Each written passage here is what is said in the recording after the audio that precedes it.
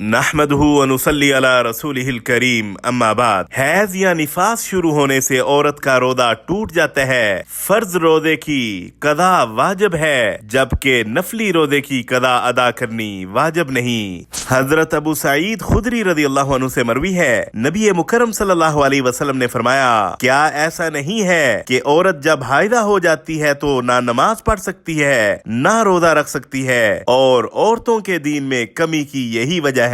اسے بخاری نے روایت کیا۔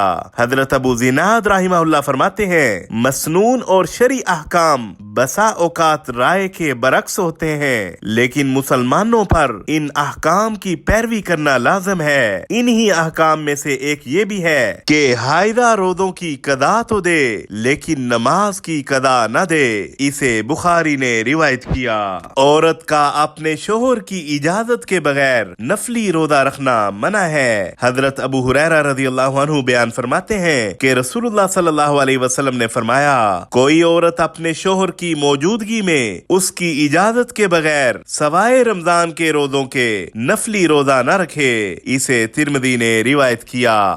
فرض روزوں کی قضا آئندہ رمضان سے پہلے کسی بھی وقت ادا کی جا سکتی ہے۔ حضرت عائشہ رضی اللہ عنہا بیان فرماتی ہیں، مجھ پر رمضان کے روزے باقی رہتے اور میں قضا روزے شعبان سے پہلے رکھنے کا موقع نہ پاتی۔ اسے بخاری اور مسلم نے روایت کیا۔ فرض روزوں کی قضا متفرق طور پر یا لگاتار دونوں طرح جائز ہے۔ حضرت عائشہ رضی اللہ عنہا فرماتی ہیں، روزوں کے بارے میں پہلے یہ آیت نازل ہوئی کہ قضا روزے رمضان کے علاوہ دوسرے دنوں میں مسلسل رکھے جائیں، لیکن بعد میں مسلسل روزے رکھنے کا حکم ختم ہو گیا۔ اسے دار قطنی نے روایت کیا۔ حضرت عبداللہ بن عباس رضی اللہ عنہما سے مروی ہے، قضا روزے رکھنے میں الگ الگ روزے رکھے جائیں تو کوئی حرج نہیں، کیونکہ اللہ تعالیٰ کا ارشاد ہے دوسرے دنوں میں تعداد پوری کی جائے۔ اسے بخاری نے روایت کیا۔